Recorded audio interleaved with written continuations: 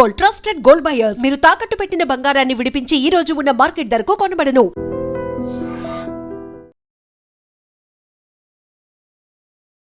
Welcome to I dream. ఇప్పుడు జరుగుతున్న యుద్ధం ఎవరికి లాభం, ఎవరికి నష్టం, వ్యక్తిగతంగా లాభం ఉందా లేదు దేశాలకు లాభం ఉందా అనే అంశంపై మనతో మాట్లాడడానికి ప్రముఖ విశ్లేషకులు సురేష్ కొచ్చేటి గారు ఉన్నారు. ఆయనకి చాలా క్లారిటీ తెలుసుకున్నాం. సార్ నమస్తే. నమస్కారం.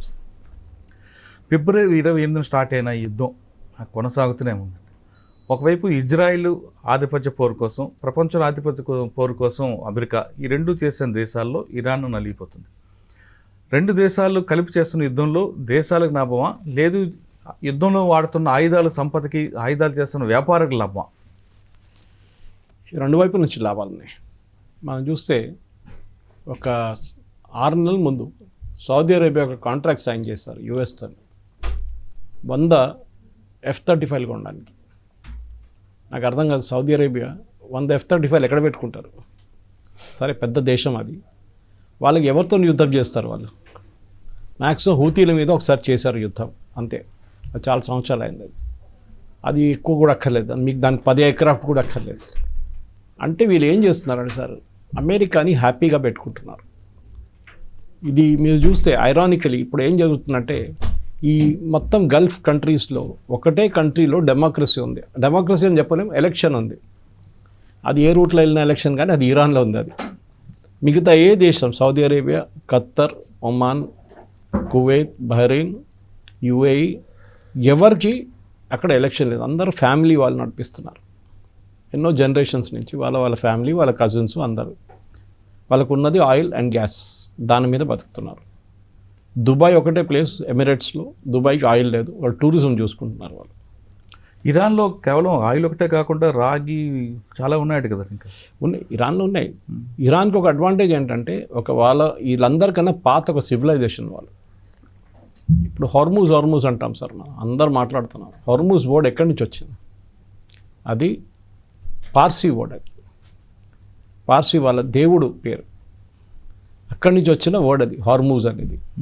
ఈ పార్సీలు తర్వాత పారిపోయి భారతదేశానికి వచ్చారు, మనకు తెలిసి టాటా వాళ్ళందరూ అక్కడి నుంచి అన్నమాట.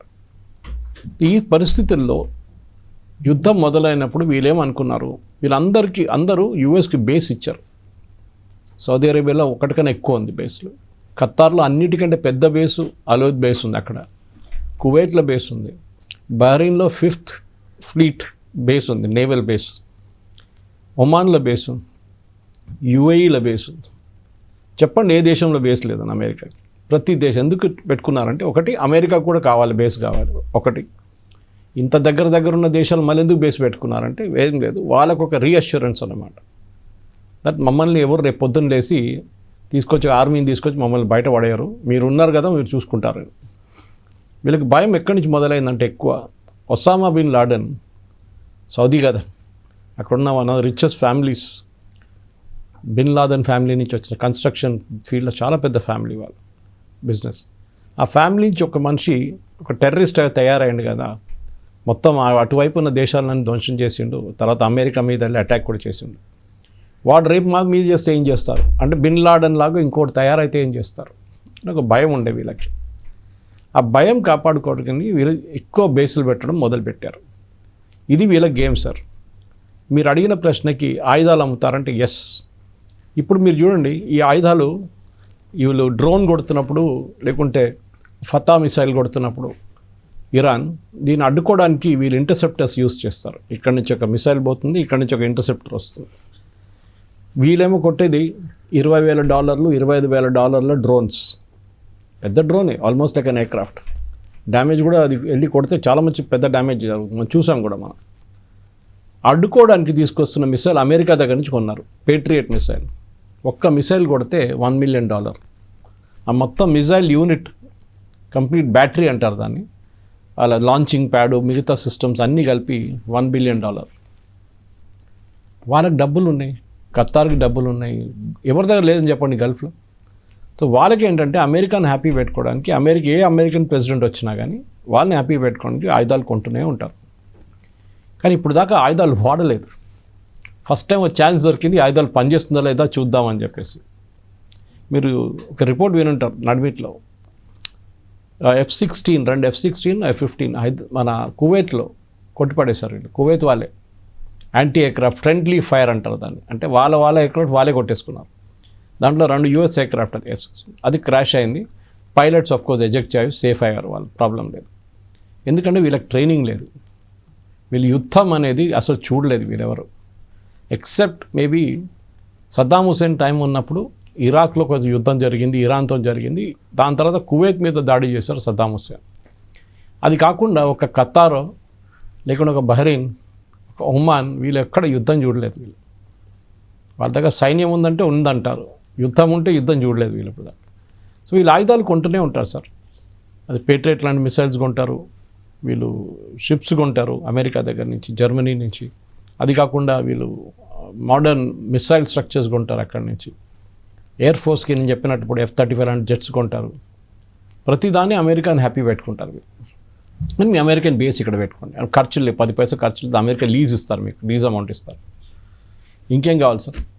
సార్ ఫిబ్రవరి 20 స్టార్ట్ అయింది, కానీ 26 అంటే 2 రోజుల ముందే దాదాపు $600 మిలియన్ ఖర్చులు వేసిన వారికి సంబంధించిన మెటీరియల్ సేల్ చేయడం అంటే యుద్ధం కోసం ప్రిపేర్ అవ్వడం అనేది చాలా క్లియర్గా అర్థమవుతుంది. కానీ ఆ మెటీరియల్ అమ్మే కంపెనీలు అన్నింటిలో కూడా అమెరికా సంబంధించిన వాళ్ళ కంపెనీలు వాళ్ళే అందులో పార్ట్నర్షిప్ రాడు కదండి. అంటే మొత్తం వాళ్ళ బిజినెస్ పెరిగినట్లే కదా ఇక్కడ. కరెక్ట్. మీరు చూడండి, అమెరికాలో ఏ పొలిటీషియన్ అయినా కానీ, ఇప్పుడు మనం ట్రంప్ని తప్పుపట్టలేము. ట్రంప్ ముందని ఏ పొలిటీషియన్, బైడెన్ నుంచి మీరు బుష్ నుంచి క్లింటన్ నుంచి ఒబామా చూడండి, వీళ్ళందరూ క్యాబినెట్లో, వాళ్ళ క్యాబినెట్లో ఉండే సెక్రటరీ ఆఫ్ స్టేట్ కానివ్వండి, మిగతా డిఫెన్స్ సెక్రటరీ కానీ, వీళ్ళందరూ ఏదో ఒక రోజు ఈ అమెరికాలో ఉన్న ఆయుధ కంపెనీలకు పనిచేశారు, లాబీయిస్ట్గా పనిచేశారు, వాళ్ళ కోసం మార్కెటింగ్ ప్రమోషన్స్ పనిచేశారు, చాలా ఏం లేదు, ఏజెంట్.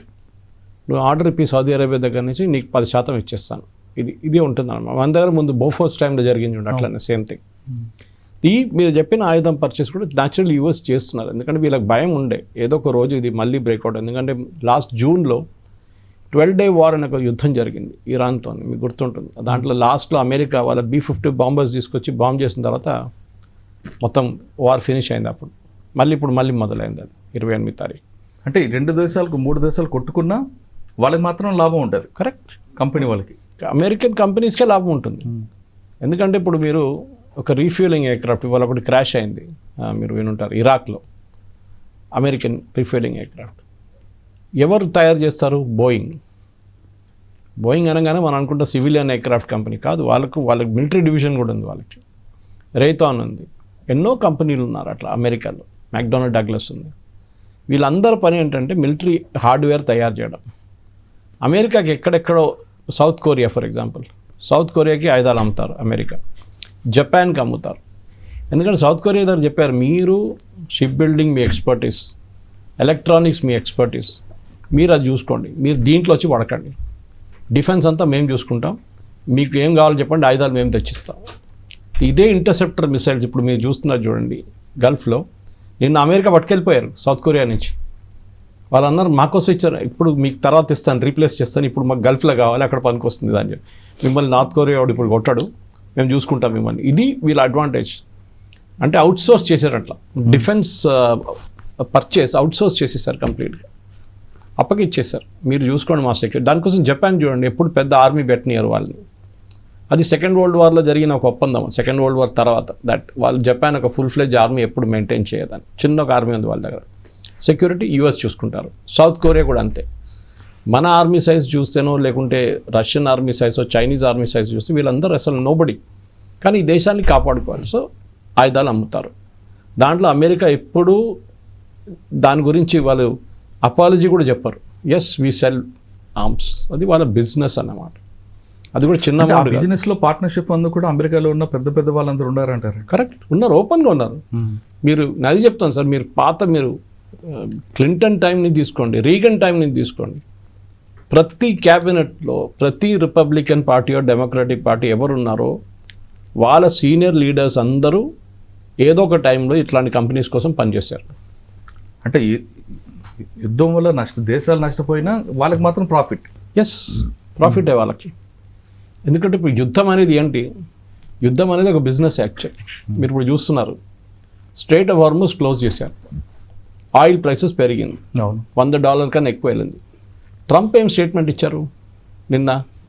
మంచిదే పెరిగింది, ఆయిల్ ప్రైస్ పెరిగితే మనకి ఇంకా మన ఆయిల్కి ఇంకా రేటు దొరుకుతుంది మార్కెట్లో, నేను అమ్ముకోవచ్చు ఆలోచించి. కానీ వాళ్ళ ప్రజలు కష్టపడుతున్నారు, వాళ్ళు కూడా అది ఇంక్రీజ్ ఇన్ కాస్ట్ 20-30% ఎక్కువ వాళ్ళు కూడా కట్టాల్సి వస్తుంది పెట్రోల్ బంక్లు వెళ్ళినప్పుడు.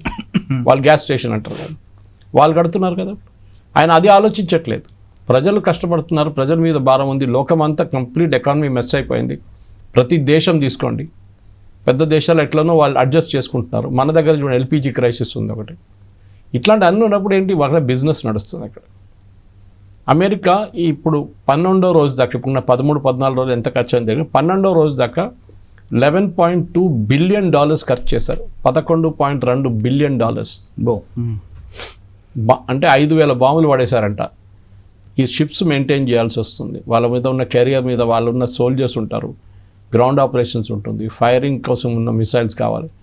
ఇప్పుడు వాళ్ళ పార్లమెంట్ అంటే వాళ్ళ కాంగ్రెస్ దగ్గర వెళ్ళి ప్రెసిడెంట్ ట్రంప్ $50 బిలియన్ అడుగుతున్నాడు. యుద్ధం లాజికల్ ఎండ్ దాకా తీసుకెళ్లాలంటే నాకు $50 బిలియన్ కావాలి. ఇవ్వకపోతే ఏమంటాడు, మీరు రష్యాకి అమ్మకూడదు పోయా, మీరందరూ రష్యా ఇప్పుడు దీనిలో అడ్వాంటేజ్ తీసుకుంటారండి. కరెక్ట్, రష్యా కూడా అడ్వాంటేజ్ ఉంది. మీరు అమెరికా గురించి అడిగారు, మొన్నదాకా రష్యన్ ఆయిల్ అమ్మొద్దని చెప్పిన వాళ్ళు ఇప్పుడు వెళ్ళి ఇండియా దగ్గర వెళ్ళి మీరు రష్యన్ ఆయిల్ కొనుక్కోవాలని చెప్తున్నారు. యూరోప్ దగ్గర గ్యాస్ కొనకూడదని చెప్పి యూరోప్ వాళ్ళు అడుగుతున్నారు, మా గ్యాస్ కావాలి రష్యా దగ్గర నుంచి. పుటిన్ అల్టిమేట్ విన్నర్ సార్ ఈ యుద్ధంలో. ఎవరైనా అడిగితే ట్రంప్ కాదు, ఇరాన్లో ఉన్న సుప్రీం లీడర్ కాదు, ఇట్ ఈస్ యాక్చువల్లీ పుటిన్. ఇప్పుడు ఎవరు యుక్రెయిన్ రష్యా యుద్ధం గురించి అసలు మాట్లాడలేదు. అక్కడ ఏం జరుగుతుందో ఎవరికి తెలియదు. యూరోప్ మొన్నదాకా ఆయుధాలన్నీ యుక్రెయిన్కి అమ్మారు, అది కూడా బిజినెసే కదా సార్. అవును, అది కూడా బిజినెసే. అంటే యుద్ధంలో ట్రంప్ కానీ ఇరాన్ కానీ కాకుండా ఈ ఆయుధాలు అమ్ముతున్న కంపెనీ వాడికి 100% బెనిఫిట్.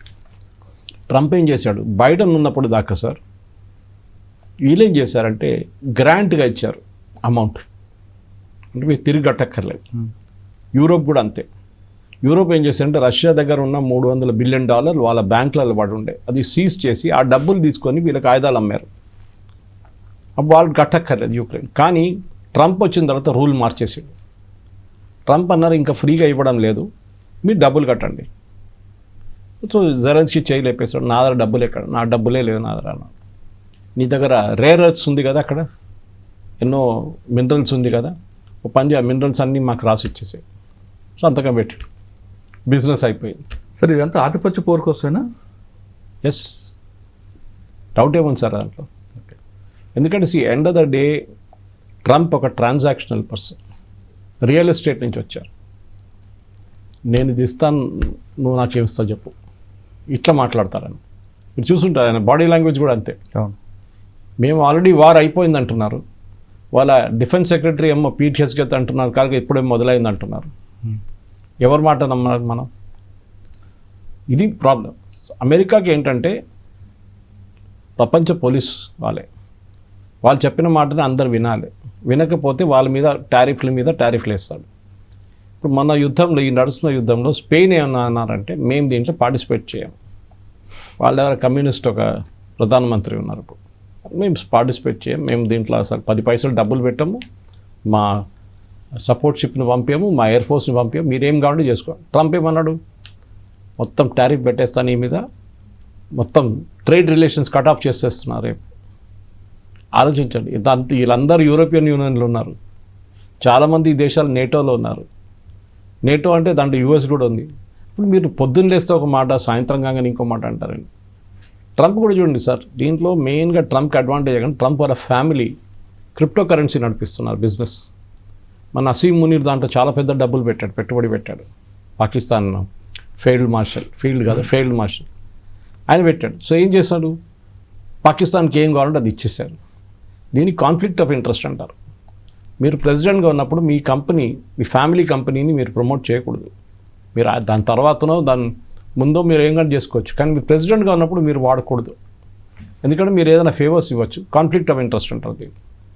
కానీ ఇప్పుడు జరిగిన యుద్ధంలో మనం చూస్తున్నామంటే end of the day balance sheet ఒకటి వస్తుంది. ఇప్పుడు కాకపోతే ఇదన్నా అయినాక ఒక బ్యాలెన్స్ షీట్ వేసుకొని కూర్చుంటారు, ఇంత ఖర్చు, ఇంత ఆదాయం, ఇంత లాభం. అండ్ డెఫినెట్లీ అమెరికాలో మీరు చెప్పినట్లు అక్కడున్న ఆర్మమెంట్ కంపెనీస్కి ఇది పెద్దగా పండుగ దివాళీ వాళ్ళకి. ఒక థర్డ్ మిసైల్ తయారు చేయాలంటే 5 మిలియన్ అక్కడ. ఒక టామహాక్ క్రూజ్ మిసైల్ కొడితే 2 మిలియన్ పోయింది. ఒక రాడార్ సిస్టమ్ అంటే $2.5 బిలియన్ మన ఖతార్లో వీళ్ళు కొట్టారు, ఇరానియన్ కొట్టారు డ్రోన్తో. $2.5 బిలియన్. చిన్న చిల్లర సార్ ఇదంతా, పెద్ద అమౌంట్ దాన్ని. ఓకే సార్, అల్టిమేట్గా తీసుకుంటే ఇది మరో ఈస్టర్న్ కంపెనీ లాగా మన మీదకి ఏమైనా వచ్చే అవకాశం కనిపిస్తుందంటారు? మనకి ప్రాబ్లం లేదు సార్. మన ప్రాబ్లం సింపుల్ ఏంటంటే మనం క్రూడ్ ఆయిల్లో మనం బల్క్ పర్చేసర్. మన దేశంలో ఉన్న కృష్ణ మనం ఆయన చెప్పిన దగ్గర కొనాలి అనేది ఒక కండిషన్ పెడుతున్నాడు కాబట్టి రాబోయే కాలంలో ఏమైనా ఆ విధంగా ప్రవర్తించే అవకాశం కనిపిస్తుందా? అక్కడ కొనాలని ఎందుకు చెప్పిండు అది ఆలోచించండి. బైడెన్ కూడా ఇదే మాటకు మనకు చెప్పిండు లాస్ట్ టైం 12 డే వార్ వచ్చినప్పుడు. ఓకే, దానికన్నా ముందు కూడా బైడెన్ ఏమన్నారంటే ఇంటర్నేషనల్ డ్రైవ్లో ప్రైసెస్ పెరుగుతున్నాయి, మీరు పని చేయండి ఇండియా, మీరు రష్యా దగ్గర నుంచి కొనుక్కోండి, వాళ్ళు డిస్కౌంట్లు ఇస్తా అంటున్నారు, $40 ఎంతో పర్ బ్యారెల్ ఇస్తారు, మీరు పని చేయండి, మీ మార్జిన్ పెట్టుకోండి, మీ రిఫైనింగ్ మార్జిన్, మీ షిప్పింగ్ కాస్ట్ అన్నీ పెట్టుకొని మీరు ఎక్కడ కావాలంటే అక్కడ అమ్ముకోండి అన్నారు. మనం యూరోప్కి అమ్మాము, యూఎస్కి అమ్మాము, మన కోసం వాడుకున్నాం దేశం కోసం. లాస్ట్ ఏది యూక్రెయిన్ కూడా అమ్మాము. మనం యూక్రెయిన్కి డీజిల్ అమ్మాము. ఇది రష్యా నుంచి తీసుకొచ్చిన డీజిల్ క్రూడ్ ఆయిల్ ప్రాసెస్ చేసి యూక్రెయిన్కి అమ్మాము. ఆ డబ్బులు మళ్ళీ పుటిన్కి వెళ్తే పుటిన్ వీళ్ళ మీద బాంబు ఇస్తాడు. ఆలోచించండి లాజిక్. ఇప్పుడు ఏమంటే ఇవాళ కూడా నేను వస్తూ ఒక న్యూస్ స్టోరీ వింటున్నాను, అది కూడా ఏబీసీ న్యూస్. వాళ్ళు ఏమంటున్నారంటే దీంట్లో మీరు క్యాల్కులేట్ చేస్తే పుటిన్కి వచ్చే లాభాలు ఇప్పుడు $40 నడుస్తున్న ఒక క్రూడ్ ఆయిల్ ఇప్పుడు 70, 80, 100 దాకా వెళ్ళింది. పుటిన్ వాళ్ళ రష్యన్ ఆయిల్ 70కి అమ్ముతున్నాడు. 70 నుంచి $80 పర్ బ్యారెల్ అమ్ముతున్నారు. ప్రతి షిప్లో వాళ్ళు $5 నుంచి $6 మిలియన్ లాభం వస్తుందంట వాళ్ళకి, ప్రాఫిట్ ఒకటే. ఇప్పుడు ఆలోచించండి సార్, యుద్ధం బిజినెస్ అయింది అప్పుడు. ఇదే main thing. Every war is business. దాంట్లో డౌట్ లేదు, ఖర్చులు ఉంటాయి కానీ ఆదాయం ఉంటే ఇంకా మంచిది కదా. మన భారతదేశం లాంటి దేశానికి ఆపరేషన్ సింధూర్లో ఖర్చే ఉండే, మనకి ఆదాయం ఏం లేదు. మనం కొట్టిన ప్రతి మిసైల్కి ఒక కాస్ట్ ఉంటుంది, మనం యూజ్ చేసిన ప్రతి బ్రహ్మోస్కి ఒక కాస్ట్ ఉంటుంది, మన దాంట్లో మన ఫైటర్స్కి యూజ్ చేసిన ఫ్యూయల్కి కాస్ట్ ఉంటుంది, అన్నిటికీ కాస్ట్ ఉంటుంది. బంగ్లాదేశ్ వార్ తర్వాత మనకి 3 సంవత్సరాలు పట్టింది సార్ రెసెషన్ నుంచి బయటికి రావడానికి. అంత ఖర్చు పెట్టాం మనం. చిన్న యుద్ధం కాదు అది, ఆ టైంలో చాలా పెద్ద అమౌంట్ అది. కానీ బయటపడతాం ఒకరోజు. బిగ్గర్ కాస్ట్ అంటాం, మనం బంగ్లాదేశ్ని రక్షించడానికి వెళ్ళాం. అది మనం చేసి సాధించి వాళ్ళకి ఇండిపెండెన్స్ ఇప్పించాం. ఖర్చు అయింది. ఇన్ఫాక్ట్ మీకు గుర్తుంటుంది ఆ టైంలో ఈవెన్ స్టాంపులు, ఒక ₹5 స్టాంప్ ఉండే, ఒకటి స్పెషల్ స్టాంప్ బంగ్లాదేశ్ కోసం. బస్ టికెట్ల మీద 5 పైసలు తీసుకుంటుండే. అఫ్కోర్స్ అది వాళ్ళ కోసం అని చెప్పి తీసుకున్నాం, బంగ్లాదేశ్కి వాళ్ళ సహాయం చేయడానికి. కొత్త రాష్ట్రం కదా, వాళ్ళ డబ్బులు లేవు, పాకిస్తాన్ పారిపోయారు, పాపం వాళ్ళని హెల్ప్ చేయాలని చెప్పి మనం చేసాం. ఇప్పుడు మన తల మీద కూర్చున్నారు వాళ్ళు. ఇది డిఫరెన్స్. సార్, ఇప్పుడు ఆ యుద్ధ ప్రభావం గ్యాస్ మీద పడింది, సామాన్యులందరూ మన దగ్గర నిలబెల్లాడిపోతున్నారు. దీనికి పరిష్కారం ఏమైనా? సార్, ఒకటి మనం అర్థం చేసుకోవాలి, మనం ప్రతి సంవత్సరం 33 మిలియన్ టన్స్ ఎల్పిజి కొంటున్నాం. దీంట్లో 88% మన డొమెస్టిక్ కన్జంప్షన్లో ఉంటుంది ఎల్పిజి. ఇప్పుడు కొత్త సిస్టమ్ ఏమొచ్చిందంటే compress natural gas and piped natural gas ఒకటి ఉంది, లిక్విడ్. అది మీరు పెద్ద పెద్ద అపార్ట్మెంట్లో చూసుంటారు, ఎల్లో కలర్ పైప్ వెళ్తుంది, అక్కడ మీకు ఎల్పిజి ఎక్కర్లేదు. ఇది 2 different technologies. LPG for example ఎక్కడో లీక్ అయితే ఎల్పిజి గ్రౌండ్ లెవెల్లో ఉండిపోతుంది గ్యాస్, దానికోసం బ్లాస్ట్ అవుతుంది. మన ఈ పైప్ గ్యాస్ చూడండి, అది లీక్ అయితే అది లైటర్ ఉంటుంది, పైన ఎయిర్లో వెళ్ళిపోతే అక్కడి నుంచి వెళ్ళిపోతుంది బయటికి. ఎనీవే, అది టెక్నికల్ టర్మ్స్ చెప్తాం. ఇప్పుడు మనం తెప్పించుకుంటున్న క్రూడ్ ఆయిల్లో మనం కొంచెం ప్రాసెస్ చేసి ఎల్పిజి కూడా తయారు చేసుకోవచ్చు, ప్రొపేన్ బ్యూటేన్ నుంచి కూడా తయారు చేసుకోవచ్చు. అది కాకుండా ఎల్పిజి డైరెక్ట్లీ మనం తెప్పించుకుంటున్నాం. గవర్నమెంట్ ఆఫ్ ఇండియా మన దగ్గర ఉన్న టోటల్ నెంబర్ ఆఫ్ కనెక్షన్స్ చూసి డిసైడ్ చేశారు మనం కొంచెం రెస్ట్రిక్షన్స్ పెట్టాలని చెప్పి. మోదీ గారు టేక్ ఓవర్ చేసుకున్నప్పుడు సార్, నా for remember my memory serves me right, 14,50,00,000 మంది ఎల్పిజి కన్జ్యూమర్స్ ఉన్నారు మన దేశంలో 2015లో మోదీ గారు నుండి అప్పుడు టేక్ ఓవర్ చేశారు.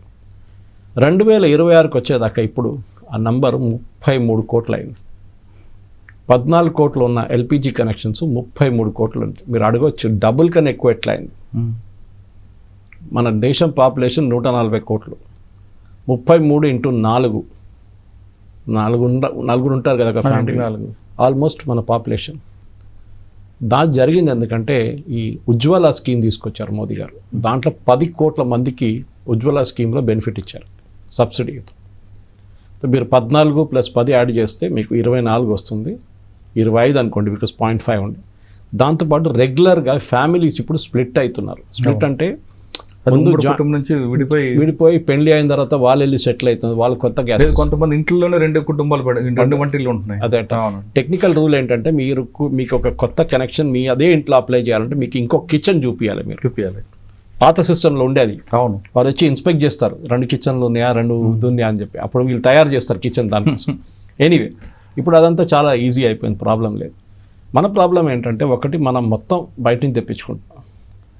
ఈ యుద్ధం వచ్చిన తర్వాత naturally Saudi Arabia which is one of the world's largest gas producer and Qatar వీళ్ళిద్దరు ప్రొడక్షన్ ఆపేశారు. ఆ వార్ మొదలై అప్పుడే ఆ టైంలోనే మనం 8 ట్యాంకర్లు ఎల్పిజి ఫిలప్ చేసుకొని సౌదీ అరేబియా దగ్గర నిలబడింది. ఇప్పుడు కూడా అది స్ట్రైట్ ఆఫ్ హార్మూజ్ క్రాస్ చేయాలి. మొన్న మన ఒక షిప్ 2 షిప్లు క్రాస్ చేసినాయి. జయశంకర్ గారు వాళ్ళ ఫారిన్ మినిస్టర్తో మాట్లాడారు. మన దగ్గర కావాల్సిన కెపాసిటీ మనకి ఉంది ఎల్పిజి డొమెస్టిక్ సెగ్మెంట్కి. మన ఇంపోర్ట్ చేస్తున్న టోటల్ కెపాసిటీలో సార్ 8% కమర్షియల్కి వెళ్తుంది. అంటే హోటల్ కానీ, డాబాలు కానీ, టిఫిన్ సెంటర్లు కానీ, ఇండస్ట్రియల్ క్యాంటీన్ కానీ, కాలేజ్ క్యాంటీన్లు కానీ, ఏదైనా దీనికి 8%. అంటే 33 మిలియన్ టన్స్లో 8% వెళ్తుంది కమర్షియల్. కానీ అన్నిటికంటే పెద్ద లొల్లి వాళ్ళ దగ్గర నుంచి వస్తుంది. డొమెస్టిక్ సెగ్మెంట్ ఏమవుతుందంటే మన దగ్గర ఒక ఫిలాసఫీ ఉంది సార్, అది మనం ఎప్పుడు నాకు అర్థం కాదు. అది ముందు పెట్రోల్ ప్రైసెస్ వారానికి మార్చుతుండే గవర్నమెంట్, కాకుండా 14 రోజులు ఒకసారి ₹1.20 పెరిగింది అనగానే అక్కడ పెట్రోల్ బంక్ అవుట్ లైన్ ఉంటుంది, ఫుల్ ట్యాంక్ కొట్టించుకుంటారు అందరూ. నాకు అర్థం కాదు.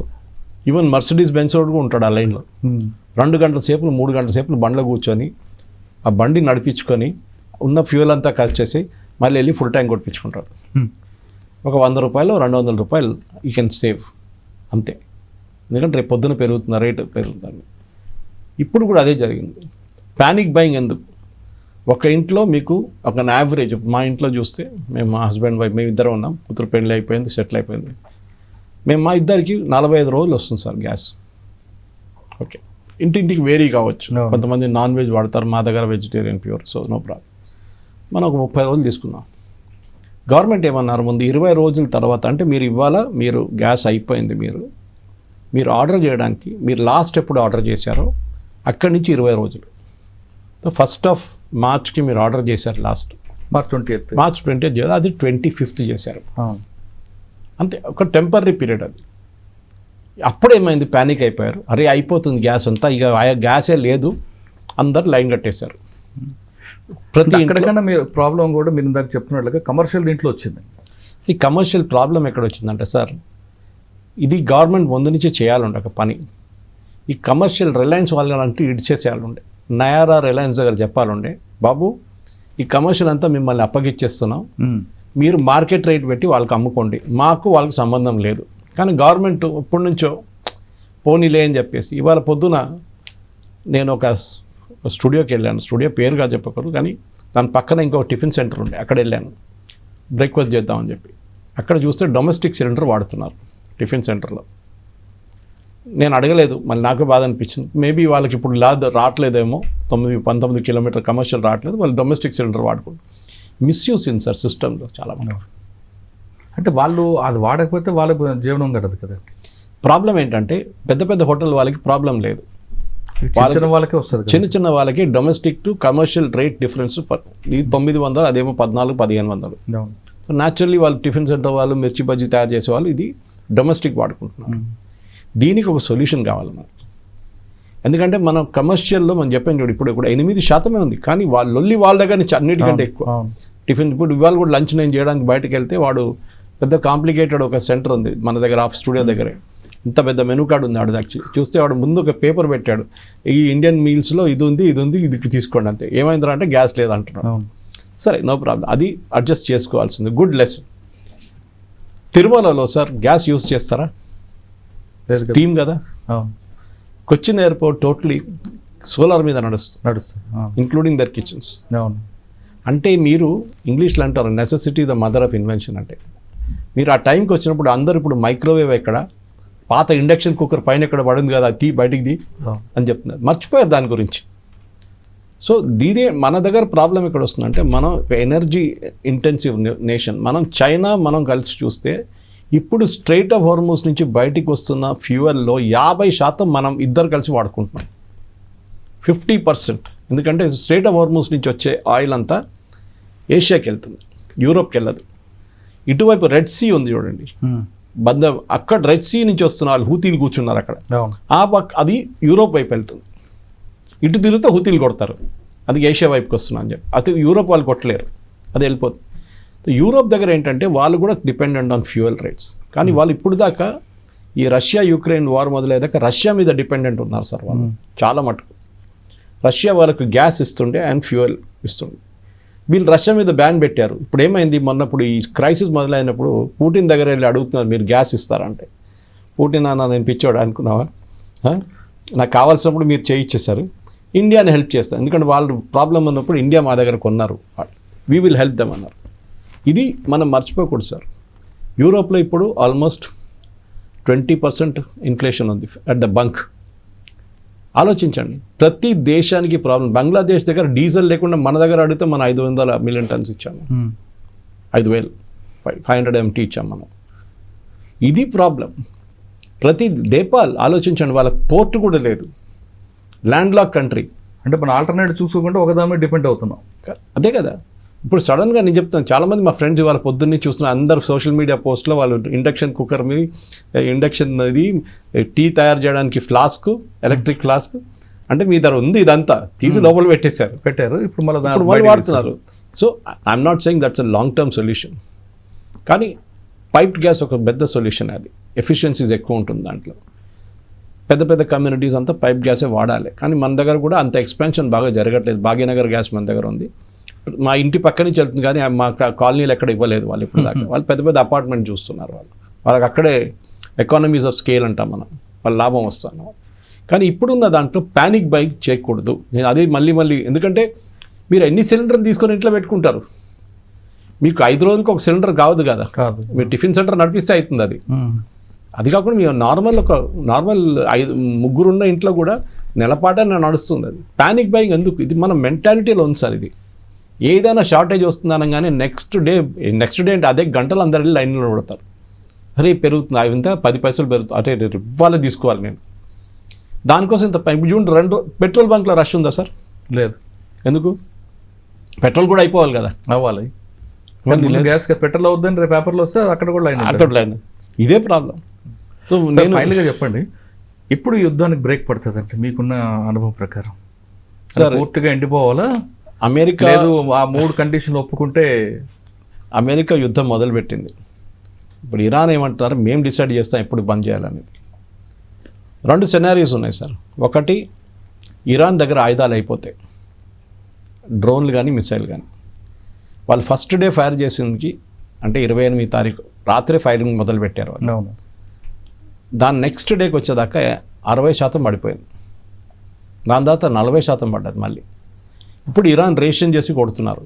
ఎక్కడి నుంచో వాళ్ళ దగ్గర ఆయుధాలు ఉన్నాయి. ఇంకా ఫర్ ఎగ్జాంపుల్ లాంచర్స్, మీరు మిసైల్ లాంచ్ చేయాలంటే ఒక లాంచర్ కావాలి. మన దగ్గర గణేష్ తీసుకెళ్తారు చూడండి, అట్లాంటి ఒక ట్రక్, ఆ ట్రక్ మీద ఒక యాంగిల్లో ఒక మిసైల్ లాంచర్ ఉంటుంది. దాన్ని ఇట్లా పెట్టి మిసైల్ ఎక్కించి కోఆర్డినేట్స్ దాంట్లో కొట్టి ఫైర్ చేయాలి. ఈ ఎంటైర్ ప్రాసెస్ మీకు అర్ధగంట తీసుకుంటుంది. మీరు మొత్తం ప్రిపేర్ చేసి బయటికి తీసుకొస్తే 5 నిమిషాలు తీసుకుంటుంది. అంటే ఎక్కడో దాచిపెట్టారు బేస్మెంట్లో, బయట గుంచుకొచ్చి పెట్టింది. ఈ 5 నిమిషాల్లో లేకుంటే 30 నిమిషాల్లో పైన శాటిలైట్ చూసుకుంటుంది మిమ్మల్ని. మీ కోఆర్డినేట్స్ మార్క్ చేసి ఒక మిసైల్ పంపిస్తారు. అది లాంచ్ చేసి పక్కన వెళ్ళంగానే ఇది మొత్తం పేలిపోతుంది. So launcher cannot be used again. ఈ లాంచర్ లేకుండా మిసైల్ పెట్టి ఏం చేయలేరు. డ్రోన్స్ యూజ్ చేయొచ్చు. డ్రోన్స్ మన దగ్గర పికప్ ట్రక్స్ ఉన్నాయి చూడు, చిన్నది పోర్టర్ లాంటి వెహికల్స్ వస్తాయి, దాంట్లో పెట్టి లాంచ్ చేయొచ్చు మీరు. అది కూడా ఒక లిమిట్ ఉంటుంది. ఎవరు అమ్ముతున్నారు వీళ్ళకి? ఇప్పుడు ఎవరు అమ్మరు ఈ టైంలో. వాళ్ళ దగ్గర ఉన్నదే వాళ్ళు ఎక్స్పెండ్ చేస్తున్నారు. సో ఏదో ఒక రోజు ఇది అయిపోతుంది, అప్పుడు యుద్ధం ఆగొచ్చు. ఇటువైపు అమెరికా వైపు నుంచి చూస్తే వాళ్ళు ఇప్పుడు యుద్ధం అయిపోయిందని వెళ్ళిపోతే కూడా ఏం కాదు. ఇరాన్ అంటారు మీరు ఎక్కడ పోతాం ఉండండి, ఇంకా యుద్ధం కాలేదు, మనం ఇంకా కొట్టుకోవాలి, మనం మీరు ఎట్లా వెళ్తారు అట్లా, మీరు ఇంత చేశారు, మా ధ్వంసం చేసి వెళ్తున్నారు, మమ్మల్ని 3 కండిషన్స్ పెట్టాము, మీరు ఎంత ధ్వంసం చేశారు, ఆ డబ్బులను మాకు ఇవ్వండి, మా లీడర్ని చంపారు, మేము ఇడిచేస్తాం అనుకున్నారా మిమ్మల్ని, అట్లా. సో ఇది అసిమెట్రిక్ వార్ అంటారు దీన్ని, మనం వియట్నాంలో చూసాం ఇది. సార్ లీడర్ అని ఉన్నారు కాబట్టి ఒక దేశ అధ్యక్షుడిని అమెరికా దారుణంగా చంపడం, మరొక దేశ అధ్యక్షుడిని రాత్రి కిడ్నాప్ చేయడం, ఇన్ని జరుగుతున్నప్పుడు ప్రపంచంలో మిగతా దేశాలు ఇంక్లూడింగ్ భారత్ కూడా ఖండించడం ఎందుకు లేదండి?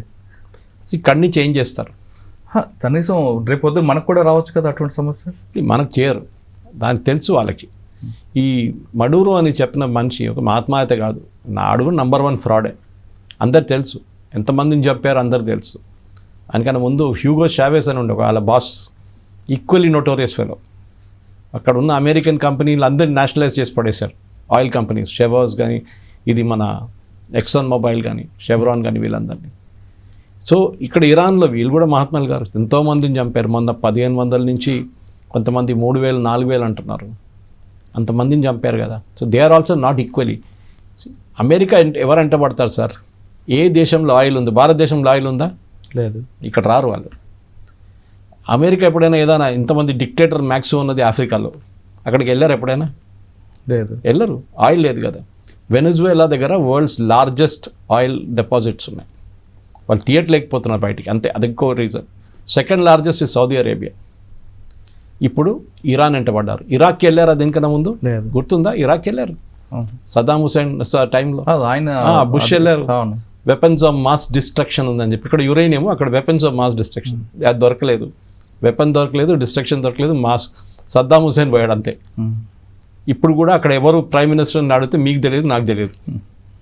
ఇవాళ పొద్దున వార్ ఎక్స్టెండ్ అయింది, ఇప్పుడు ఇరాక్కి వచ్చేస్తుంది అంటున్నారు. నేను అనుకున్న ఇరాన్లో యుద్ధం అనుకుంటే ఇప్పుడు ఇరాక్లో యుద్ధం ఉందంట. సో అమెరికా పాలసీ ఏంటంటే ఎక్కడ వెళ్తారో ఆ దేశాన్ని ధ్వంసం చేస్తారు వాళ్ళు. మీరు తాలిబాన్ ఆఫ్ఘనిస్తాన్ చూడండి, ఇరాక్ చూడండి, లిబియా చూడండి, సిరియా చూడండి, వాళ్ళు ఎక్కడ వెళ్ళారో ఫినిష్ చేసేస్తారు ఆ దేశంని. వాళ్ళు వెళ్ళకుంటే మంచిది. The problem is that. Israel issue ఒకటి, అమెరికా ఇష్యూ ఒకటి సార్. ఇజ్రాయెల్ ఒకటే పాలసీ, వాళ్ళ మీద ఎవరు దాడి చేస్తారో వాళ్ళని ఫినిష్ చేసేస్తారు. అది వాళ్ళ హమాస్ లీడర్షిప్ మొత్తం ఫినిష్ చేశారు, హెజ్బుల్లా లీడర్షిప్ని ఫినిష్ చేశారు, ఇప్పుడు ఇరాన్ లీడర్షిప్ని కొట్టారు. వాళ్ళకి కావాల్సిన వాళ్ళు సాధించుకున్నారు. వాళ్ళు కావాలంటే రేపు అదంతా బంద్ చేసి మేము ఇంటికి వెళ్ళిపోతా అంటే అయిపోతుంది. అమెరికా ఎక్కడికి వెళ్తారు? ప్రెసిడెంట్ ట్రంప్ ప్రెస్టీజ్గా దిగాడు కదా, మేము వాళ్ళ యురేనియం తీసుకొచ్చేస్తా ఉన్నారు. ఏదో అక్కడ పొట్లం కట్టి మిర్చి బజ్జి పెట్టినట్ల అక్కడ యురేనియం పెట్టి వెళ్తాడు ఎవడైనా? అది బయటికి తీయమని ట్రై చేయమని కాదు. So you back to square one అంటారు ఇంగ్లీష్లో. మీరు లాస్ట్ జూలైలో B-2 బాంబర్స్ తీసుకొచ్చి బాంబ్ చేసిన తర్వాత ఏం చెప్పారు? మొత్తం ధ్వంసం అయిపోయింది, ఇంకా యురేనియం అనే ప్రసక్తే లేదన్నారు. మళ్ళీ 6 నెలల తర్వాత మళ్ళీ వాడు ప్రాసెస్ చేస్తున్నా అంటున్నారు. అంటే మీరు చేసిన బాంబింగ్ అంతా వేస్ట్. అమెరికాకు గేమ్ ప్లాన్ లేదు సార్, అది ప్రాబ్లం. ప్రపంచ పోలీస్ అంటే మీరు ఏం కావాలంటే అది చేసుకోండి. మీరు అడిగిన ప్రశ్నకి రేపు ఎవరినైనా లేపేస్తా అంటే జరగచ్చు. ఇప్పుడు క్యూబా అంటున్నాడు నెక్స్ట్ ఆన్ ద రాడార్, క్యూబాని తీసేస్తాను, మార్కో రూబియో అని అక్కడ ప్రెసిడెంట్ చేసేస్తాను. ఈయన ఎక్కువ రోజులు ఉండడు సార్, అంటే ఎక్కువ ఉండడన్నమాట ప్రెసిడెంట్షిప్. ఇప్పుడు మిడ్ టర్మ్ పోల్స్ వస్తుంది, ఈ మిడ్ టర్మ్ పోల్స్లో 100% రిపబ్లికన్ పార్టీ ఓడిపోతారు. దాని తర్వాత ట్రంప్ లేమ్ డెక్ ప్రెసిడెంట్ అంటాం మనం. లేమ్ డెక్ అంటే ఏం చేయలేరు. అట్లాంటి పరిస్థితుల్లో అక్కడ చైర్లో కూర్చోండి, రాష్ట్రపతి ప్రెసిడెంట్ ఉన్నాడు అంతే, మన రబ్బర్ స్టాంప్ అంటాం అంటే అది అయిపోతారు. ఇప్పుడు ఈ డిసెంబర్ దాకా వెయిట్ చేయండి మీరు. అక్కడున్న ప్రజలకు కూడా విసుకొచ్చేస్తుంది ఈయనతో. వాళ్ళ ఓన్ మాగా క్రౌడ్ కూడా ఫెడప్ అయిపోయారు. ఈ నెట్లనే ఇంటికి పంపించేద్దామని చెప్పేసి. యుద్ధం ఎప్పుడు ఆగుతుందో అనేది త్వరలోనే ముగుస్తుందంటున్నారు సురేష్ గారు. అయితే గ్యాస్ నిల్వల కోసం ఇప్పటి నుంచి మనం ప్యానిక్ అవ్వద్దు, దీనికి కొంతకాలం వస్తుంది, తర్వాత అడ్జస్ట్ అవ్వచ్చు. అంతేగాని ఏదో వార్త వచ్చింది కదా అని ప్యానిక్ అయిపోయి చేస్తే అది మనకే నష్టం అని చెప్తున్నారు. ఇక యుద్ధం వల్ల లాభపడేది ఆ కంపెనీలు సరఫరా చేస్తాను, మెటీరియల్ సరఫరా చేస్తాను, ఆర్మ్స్ కంపెనీ ఓనర్లకే ఎక్కువగా లాభం అనే విషయం చాలా స్పష్టంగా తెలుస్తుంది. ఇది యుద్ధం వల్ల జరిగే లాభం ఎవరికైనా అంశంపై సురేష్ కొచ్చాడి గారితో విశ్లేషణ. మరో అంశాల్లో మళ్ళీ కలుద్దాం. అంతవరకు నమస్తే. Thank you very much.